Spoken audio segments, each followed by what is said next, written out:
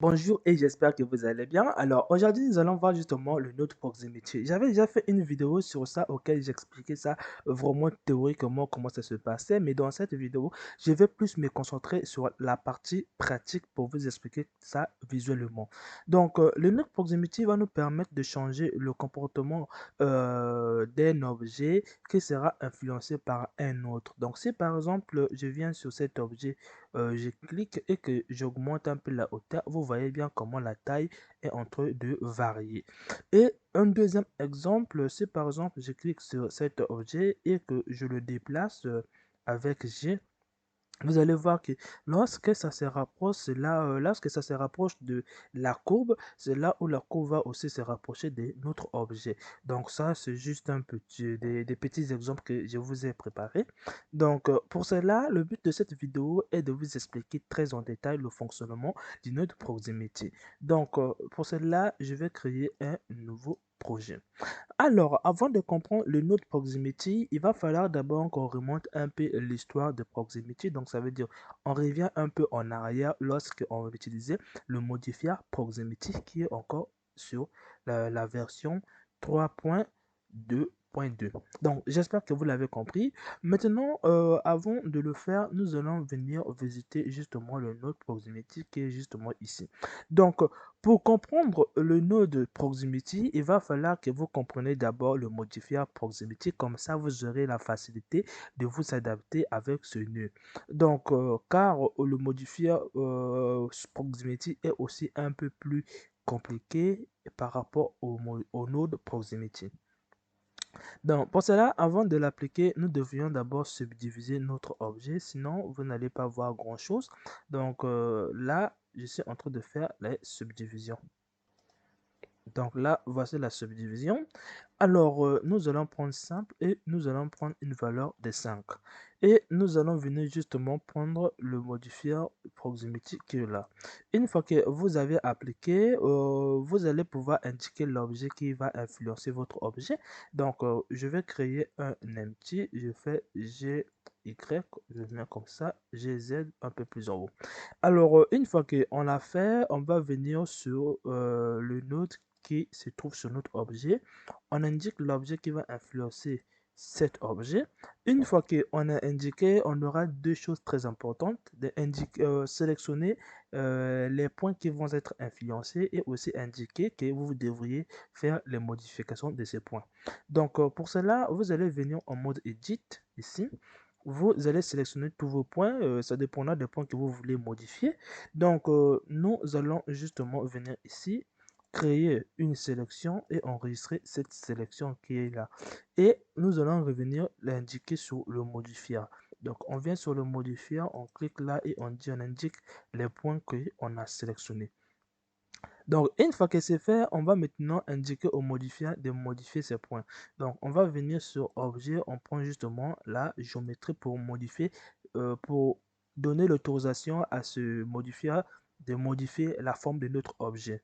Donc, une fois qu'on a fait, vous allez avoir trois options ici qui vont vous permettre de soit les modifications vont être faites sur les points, soit sur les arrêts ou soit sur les faces de votre objet. Donc, j'espère que vous l'avez compris. Ici, vous allez avoir quelque chose. Donc, ici, vous allez faire en sorte que la distance, ici, vous allez faire en sorte que la distance, je dirais que si les objets se trouvent à moins d'1 mètre, alors cet objet ne sera pas influencé. Mais si votre objet se trouve vraiment à plus de 1 mètre, donc vraiment plus proche de cet objet, alors il sera modifiable. Donc ça, c'est le cas entre cet objet et cet objet. Donc la distance qui va leur séparer et qui va permettre en sorte que ça ne puisse pas modifier cet objet. Donc si vous ne le voyez pas, ne vous inquiétez pas, nous allons venir dans ce mode pour voir l'influence. Et si vous n'avez pas la couleur rouge, il suffit juste de cliquer, faire un clic droit pour peinturer et de voir ce que ça va vous donner. Donc, je vais rapprocher notre objet ici. Donc, pour cela, il va falloir qu'on déplace, on pose bien notre objet. Donc, j'ai activé le snapping. Je vais le ramener à 1 mètre ici. Je vais le ramener justement là. Faire un peu de côté ici. Donc, une fois qu'on a fait ici, on va justement passer dans, on clique ici et on va sur le mode ici. Donc, vous voyez bien que la distance de séparation entre la partie là et la partie là est de 1 mètre. Du coup, notre objet ne sera pas influencé. Mais si la distance là diminue, si cette distance diminue, c'est là où les zones là vont être influencées. Donc, cette partie là, la distance entre cette partie et cette partie, lorsque ça sera 1 mètre ou inférieur, c'est là où cette partie vont être modifiées. Donc, pour le voir, tout simplement, je vais déplacer cet objet. Donc, suivant Y ici, vous voyez bien ce que ça donne ici. Donc là, plus que votre objet va se rapprocher du bleu, cela veut dire que vos points vont prendre des valeurs qui vont être un peu plus grosses. Et plus que c'est loin, plus que les valeurs seront petites.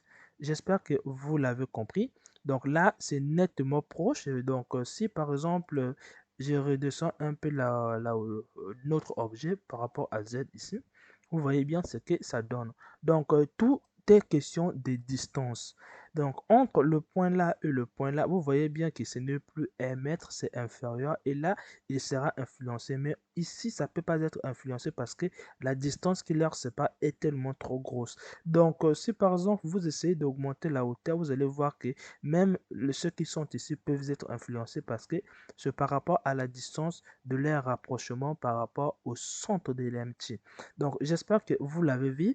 Maintenant, vous pouvez aussi modifier la distance. Ça veut dire quoi? Augmenter un peu la distance d'influence qui est de 1 mètre. Donc, vous pouvez augmenter la distance en venant sur votre modifier. Et en venant justement ici, vous pouvez dire que bah, moi, je prends par exemple à partir de 2 mètres, tout ce qui seront rapproche de 2 mètres, alors par rapport à cet objet, bien évidemment, vont être modifiés. Donc, j'espère que vous le voyez très bien comment Proximity fonctionne. Alors, une fois que vous avez compris, vous pouvez, en fait, la déformation, vous pouvez changer la déformation si, est-ce que vous voulez que votre déformation soit linéaire ou soit un peu désordonnée ou simplement lisse? Donc, ça dépend de ce que vous allez choisir. J'espère que vous avez compris ce modifier. Maintenant, une fois que vous avez compris ce modifier, vous pouvez faire les déformations. Donc, pour faire les déformations, vous pouvez ajouter le modifier, par exemple, display.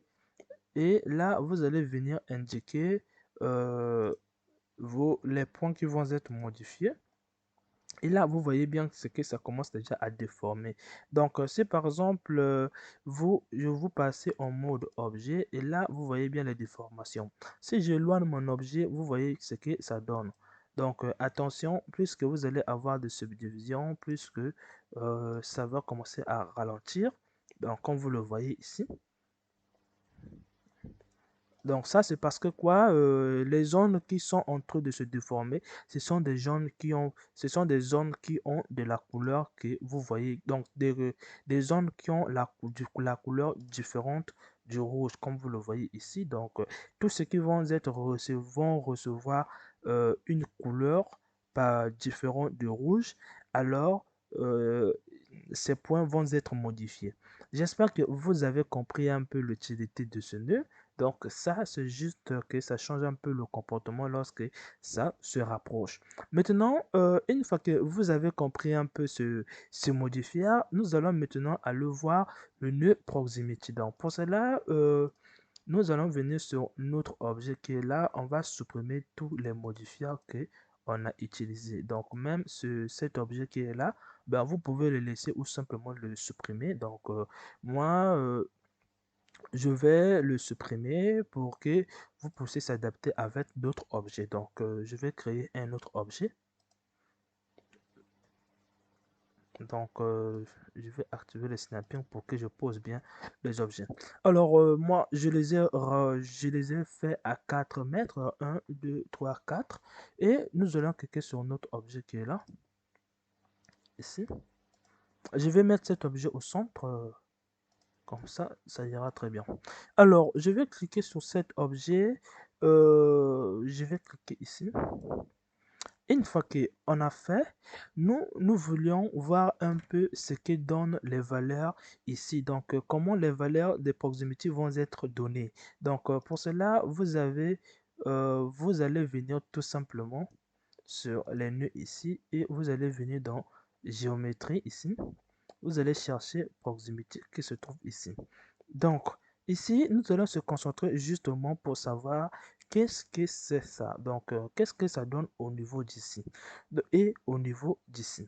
Donc, la première des choses, lorsque vous allez utiliser proximity, vous allez pouvoir indiquer l'objet qui va influencer. Donc, l'objet qui va influencer, vous allez le faire rentrer ici. Par exemple, nous, c'est cette cube qui est là qui est l'objet d'influence pour nous. Donc, vous cliquez sur cet objet sans même le sélectionner. Vous cliquez, vous déposez ici. Vous prenez la partie géométrie et vous mettez ici. Maintenant, nous, par exemple, vous n'allez pas faire grand-chose avec. Nous voulons juste voir qu'est-ce que ça va nous donner en sortie. Donc, vous allez faire CTRL, SHIFT, donc vous allez maintenir les deux touches et vous allez cliquer n'importe quel nœud ici. Donc, moi, je vais faire la distance et vous indiquez que l'objet que cet objet va influencer, c'est celui-ci. Donc, vous allez coller votre vue vert sur votre objet qui est là. Alors, une fois qu'on a fait, vous avez des valeurs de la distance ici. Donc, vous pouvez le voir justement là. Et là, nous allons utiliser un relatif. Et là, ce que ça nous donne, c'est quoi? Vous aviez plein de valeurs qui sont là, comme vous le voyez ici. Vous avez plein de valeurs. Et ces valeurs qui sont là, ce sont des valeurs qui ont sorti de ce nœud. Puisqu'on a un triangle, cela veut dire qu'on peut avoir plusieurs valeurs en sortie. Et là, voilà, c'est plusieurs valeurs. Nous allons justement le voir, qu'est-ce que ça signifie ici. Donc, pour cela, je vais rapprocher un peu. Alors, vous voyez bien qu'on a des objets, on a des points, donc on a 8 points, ce qui est les 8 points du mode objet, donc les 8 points qui composent notre objet, comme vous le voyez ici, qui sont les 8 points. Maintenant, ces points ont leur numéro ici, comme vous le voyez, mais nous allons justement se concentrer sur les valeurs qui sont ici. Donc, par exemple, la distance entre ce point et cette partie-là est de cas de combien, comme vous le voyez. Donc, si on compte ici, c'est bien 1, 2, 3. Donc, dans 3 mètres, voilà pourquoi vous obtenez des valeurs de 3 ici. Donc, si vous avez 1, 2, 3, 4, cela veut dire que vous avez 4 points qui sont eux tous rapprochés de 3 mètres par rapport à la partie qui sont là. Donc, j'espère que vous le voyez très bien. Donc, là, on a bien 4 points. Donc, on a 4 points qui sont bien évidemment ici et qui sont rapprochés de cette partie de 1, 2, 3. Et là, voilà les 3 mètres que vous obtenez ici. Alors, les objets maintenant, aux points qui sont là, il faut les compter à partir de votre point. Donc, 1, 2, 3, 4 et 5. Donc, on voit bien que la distance entre ici et ici est bien de 5 mètres comme vous le voyez. Donc, voilà pourquoi vous allez obtenir 5 ici pour des valeurs qui sont pour les 4 points qui sont en arrière ici. Donc, ayez en tête aussi que ça ne prend que la face la plus proche. Donc, ça ne veut pas prendre les faces qui sont de ce côté ni les faces qui sont d'ici. Ça prendra la face la plus proche de cet objet que vous avez indiqué comme influence. Donc, j'espère que vous avez vu. Vous pouvez prendre des points. Cela dépend de vous-même. Donc, le plus souvent, travaillez avec des points pour que vous soyez à l'aise parce que dans les géométries, notes se plus les points qu'on travaille. Alors, une fois que vous avez compris un peu la distance, nous allons venir maintenant sur position. Alors, sur position, comme vous le voyez ici, c'est que on a bien x qui est bien 4. Cela veut dire quoi? Qui signifie un peu ces valeurs qui sont ici? Alors, sur position, c'est que vous allez avoir la position de chaque point de cet objet qui sont là. Donc, chaque point. Donc, cela veut dire quoi? Cet objet, c'est ce point qui est justement là que vous le voyez. Vous avez la position du point qui lui a changé. Donc, il va changer son comportement. Donc, dans cet objet, vous allez avoir des points. Chaque point de cet objet peut changer le comportement des points qui sont ici. Donc, ici, si vous avez un comportement qui change, vous pouviez voir directement le point qui a changé son comportement. Ça peut être lui par exemple, ça peut être celui d'en bas, donc c'est souvent le plus proche. Donc par exemple ici, nous avions sur ce point-là donc une distance de 4 et c'est situé sur x sur une distance de 4. Donc, si on prend l'origine, on compte 1. Donc, ça, c'est x. On compte 1, 2, 3, 4. Il est justement là. Et on vient sur y, il est à 1. Donc, on doit monter sur y à une valeur de 1 qui est là. Donc, il se trouve justement de ce côté. Et en venant de ce côté, on va venir sur Z. Il est en haut, donc sur Z ici. Donc, il est là. Donc, c'est ce point qui est là qui a changé le comportement de ce point. Donc, vous allez avoir chaque point va vous donner le point qui a changé son comportement. Donc, j'espère que vous l'avez vu. Donc, voilà pourquoi j'ai utilisé le fait de rapprocher sur une courbe et de rapprocher une courbe sur le point qui lui a changé son comportement. Donc, j'espère que vous avez vu. Donc, vous allez avoir des points qui seront là et vous allez avoir aussi la position du point qui a changé son comportement qui sera justement repéré par ces valeurs, par ces vecteurs. J'espère que vous avez compris. On se retrouve dans les prochaines vidéos.